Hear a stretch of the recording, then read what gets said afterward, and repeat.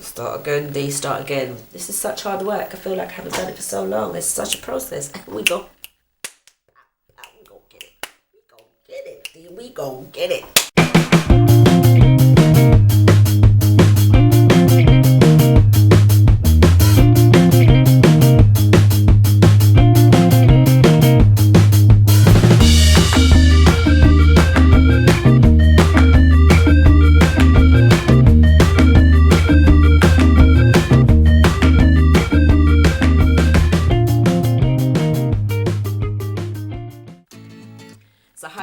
People, I'm back with another new video. Now if you follow us in our vlog channel, you'll be aware that we moved house in the last few months, which is the reason why I haven't uploaded a new video in a little while.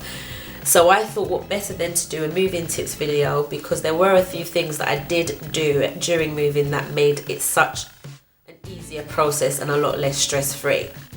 So rather than waste any time, let's get started.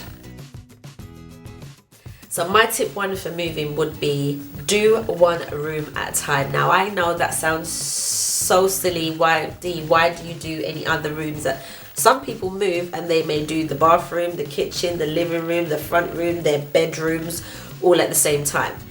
I started off in the living room, which I found was the easiest room to start in, mainly because we had a lot of books and things in there that we didn't use on a day-to-day basis. Things in your bedroom you're gonna use, like your clothes and your shoes and your makeup and your toiletries. So it's better to start in a room that you know you can pack the stuff away, start finding a corner, and you're not gonna have to worry about getting into those boxes to take out something that you're ultimately gonna need maybe next week.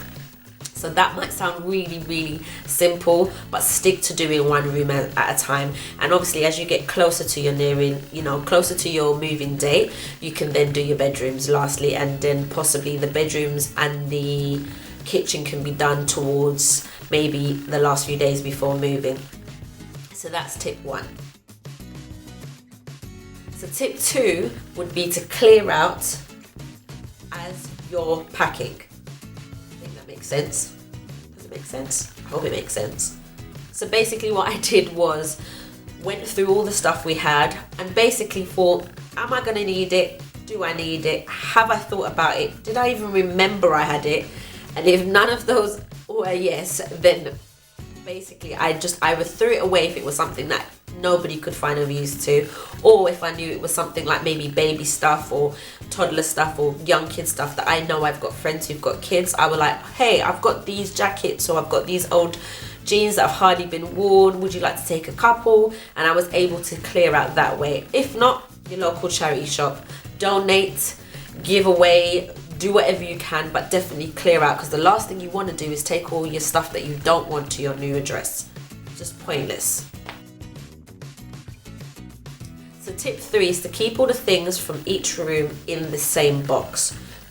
Do not under any circumstances pack stuff for your living room in the stuff for your bedroom, and vice versa, because when it comes to unpacking you will find, oh my gosh, I've got to put this box, part of it is in this room and part of it just gets very confusing. By doing that and marking your boxes also, you'll know exactly what box can go to what room without having to open and go through and think, okay, that box needs to go to the bedroom, that box needs to go to the kitchen. You'll just instantly know as it's coming off the truck, straight boom into the kitchen, straight into the kids' bedroom, straight into my bedroom, straight into the front room, whatever. It just makes life so much easier.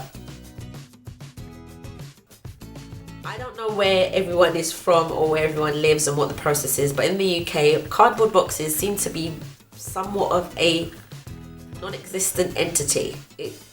It's hard to get a cardboard box unless you pay some ridiculous price from one of those storage units that charges you maybe 20-30 quid and you're only probably getting 5 or 6 boxes. Now if you're like me, 5 or 6 boxes isn't going to move me. If I was a student with no children, hardly very little belongings, then yes, that would be fine. So I did my research online and tried to think of ways that I could use either crates, which I did use a lot of, and also if you have one of these shops. Now I think Ikea is just about in every country you can possibly find, but Ikea became my best friend. You know what I'm saying? It became my best friend. I think I was in there nearly every single week. Sad, I know, but it's true. Now, IKEA do a number of different storage units. They do crates, which do come with lids, which is also helpful. And they do a number of different sizes of crates, which I didn't really go for because I've moved previously. I did have quite a few crates stored up at my mum's in her shed and in her loft, so I didn't really need to buy any, but I did need to buy some more cardboard boxes for things that I knew needed to be in a cardboard box and would probably need to be in a cardboard box for a little while. So one of the things that IKEA do, and if you just bear with me, IKEA do this box, which is called, I believe it's called a Papelis. I'm gonna put the link to it if you live in the UK. I'm gonna put the name and the link in the description box down below. But if I just lean back, this is the box. As you can see, it's got glasses fragile on there. It also comes with instructions on how to put it together because it does actually come flat. Oh look, it's called a Papis box. These boxes were 80p. Now, a lot of people will be like, 80p, which I don't know, in UK money is less than £1. In US money, probably less than $1. Euros, same thing.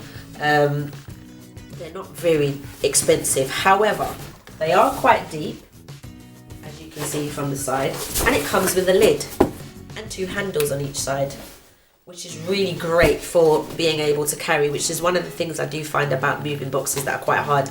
Not all of them come with handles at the side that make it easier to lift. So this was a great box. If you're just wanting to put things like paperwork in, obviously I put glasses in this one and it's withstood the load. Didn't break, as you can see, didn't come out the bottom. It is very, very sturdy. I did use a lot of them for books, paperwork. Oh my gosh, what else did I use? Anything that I could get in that was in the same height and would fit in and not put too much pressure on the box. And in saying that, I did put quite heavy books in there and they were perfectly fine. So that's one thing from IKEA I did get. Another thing from IKEA I got was, now everybody knows these blue bags. You get the yellow ones when you're going in to do your shopping, and on the way out you purchase one of these. Now I believe they used to do ones that were 40p. Is this 40p still? I think this is the 40p one. They're jumbo size. Basically in that bag, if I just open it, I should really open it, that was really lazy of me, I apologize people, but that's how big it is. It's quite deep and it opens quite wide, and I think everybody is near enough familiar with the IKEA bags. But anyway, what I did put in those were things like shoes, blankets, bed linen, anything that wasn't too heavy. Did I put clothes in any of? No, it was like a lot of shoes, a lot of things that just couldn't really fit in a box, or would have been awkward to fit in a box. Those bags came in very, very helpful. Those items came in very, very helpful, especially the bags. So obviously try your local IKEA and see what other storage options they do have. As I said, they do moving boxes in IKEA, because those Papis aren't moving boxes. They do 2 in a pack, but they were like $5.99 and they were quite big, and I just felt like I didn't need the boxes that big. I just needed enough to put some of the little things and some of the stuff that were in Kyron's room, like toys and things like that, in smaller boxes. So that is another tip. Tip 5, people. Yes, tip 5 is to pack an overnight bag. Now that might sound really ridiculous. Dee, why are we packing an overnight bag? I'm just going to be staying in my house. Yeah, but on moving day, by the time you've finished, the last thing you want to do is be going through all those boxes and bags and suitcases and trying to find your pajamas, gym jammies, your headscarf, your toothbrush, your soap, flannel, your towel, any of that stuff. You don't want to find it. You're not going to want to do that. So you pack an overnight bag, and when I say an overnight bag, you pack your stuff as if you're going to stay somewhere for a couple of days. So pack yourself some clean clothes for the following day, your pajamas, maybe even 2 outfits, to be very frank with you. your pajamas, your toothbrush, your creams, your toiletries, anything that you're going to need to get ready. And also pack a bag with bed linen. Yes, that sounds crazy, but most people when they move, the first thing they put up is their bed because they want to sleep that night. Yeah, it's important. So the last thing you're going to want to do when you're, I don't know, finished moving for the last 48 hours and you're exhausted and your back is killing you and all you want to do is see your pillow and your blankie, is look for bed linen. So pack another bag with everyone's bed linen. Now if you have children, obviously pack theirs separately to yours. Well, not pack it separately, but just pack the bed linen separately to your overnight stuff. At least then you'll know those are the two things I need. I can deal with everything else later on. So just pack an overnight bag. That is very, very vital to you staying sane for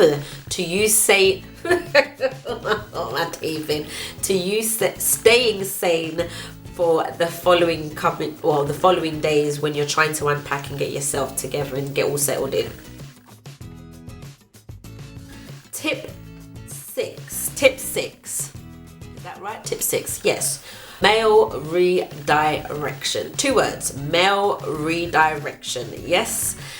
I unfortunately did not have a time frame of months prior to I was moving. I knew I was moving, but I didn't know my exact moving date. So it was very last minute. I think in total I had about 6 days to move. And I didn't have the time to sit down and tell everyone, no longer contact me at this address, contact me here. So I don't know where everyone else is based, as I said earlier on, but in the UK we have a service provider called Royal Mail. They are the ones who deliver your packages and your lovely letters in the morning to tell you who you owe money to and all that good stuff. Now I'm sure all other mail service providers probably offer this service, but basically what you do is you pay for 3 to 6 months, 9 months and 12 months, I think, up to 12 months, yeah, I believe. You can pay to have your mail redirected to another address. Now you can either have it redirected to the address you're moving to, maybe to another address, maybe your parents or somebody that you know is not moving in the immediate future. And what will happen is your post will get held at the sorting office and then be redirected to the new address first class. Now be mindful, because nobody didn't inform me of this, but I am going to tell you. You may not get your letters within first class. So it may be a week after you may get your letters. So if it's something really important that you know you need to have like tomorrow, then I would suggest you change the details for that immediately. Anything that you're not that bothered about, definitely use the mail redirection service. I've been using it since I moved. Mine is due to end, but everything is now near enough sorted over, so there's no need for me to panic come the end of my, I think I did it for 3 months, that there's going to be stray post. It is what it is. But I would definitely say if you have got a local post office or some kind of mail provider, check to see if they offer that service, because it was very, very helpful, especially if you know you're going to be moving with short notice and don't have the time to inform everybody of your move. Like I said with all the previous things, I will put a link in the description box below so that you can go along and have a look at that service. So tip 7. Now, I have only 1 child, but moving is still stressful with 1 child. Never mind if you have 2, 3, 4, 5 or more than that. So if you basically, what I'm trying to say, if you have children, one tip that I would say is vital is to ensure that they have their own rucksack or some kind of a bag, preferably with a zip on it, and they pack stuff in there that's going to keep them entertained for the next 2 to 4 days. Because we all know it takes a little while for you to unpack. Now, the last thing you want is your children being bored and nagging and pulling on your trousers going, "Mommy, I'm so bored. What am I supposed to do? I've got nothing to do. I can't get to none of my toys." I don't want to hear none of that. So what I got Kai to do was to pack a bag full of stuff. Things like books, a couple of books, his drawing stuff. Obviously his iPad was in there. All the stuff that he needed, like within the next 4 to 5 days. And obviously if you're moving and you know that they're starting school, if you're moving over a weekend and you know they're starting school, then definitely keep all their school stuff, whether it's their homework or their reading book or anything that they need for school, in a bag or in a box that you know is accessible to you, and mark it school stuff. Just try and be as organized as possible with that. At least with Kai, he was able to still have a few things to keep him entertained while we were in the process of moving, and after everyone had gone home, he still had something that could keep him kind of entertained. So it's very important. It may also be that they have a special blanket or a special teddy that they can't get to sleep without. So I'd say make sure they keep all of that stuff in their bag, and that way, you know, when you move, you kind of relieve the pressure from you from feeling like, oh my gosh, now I've got to go through 15 million boxes to find Fluffy. Because let's be honest, nobody really wants to do that. Tip 8, I would say, would be to inform your service providers as soon as humanly possible. So with me, like I said, I only had about 6 days. The first thing I obviously had to do was inform my broadband and TV services, because obviously I'm no longer going to need it at that address, and I am going to be moving to a new address, and I would love my internet and all the rest of that good stuff to be installed as soon as possible. So that was the first people I informed, that I was going to have a change of address. And also it's just easy so that they can give you a new installation date and tell you how long you're going to have to either be without the internet or without TV for a little while. If your waiting time is something like 3 or 4 weeks, at least you're mentally aware, okay, well, I'm not going to be without internet. If you're someone like me who uses it on a day-to-day basis, and it also helps you work, you'll know how to plan out what you plan to do for those 3 weeks while you're waiting for the internet or TV services to be installed. So try and tell as many as you can before you leave. If not, tell them as soon as you've left. So people like your gas and your electricity providers, things like TV license and a whole load of stuff. Maybe you've got, I don't know, other services. Let them know so that they are fully aware and you don't get overcharged for maybe two things at the same time. Tip 9 would be to take readings of both your gas and your electricity. Now, I don't know how it works in any other country, but in the UK you definitely have to take those readings, and you must inform your service provider as soon as you've moved. Make sure you take them down, because the last thing you want to do is forget what it is or not know what it is, move, and then they tell you, hold on a minute, you need to pay for the last how many weeks, even though you haven't been in there. So the best thing to do is on the day of moving, jot it down, put it in your phone. Everyone's got notes and facilities, and as soon as you've moved the day after, inform them, I am no longer at that address.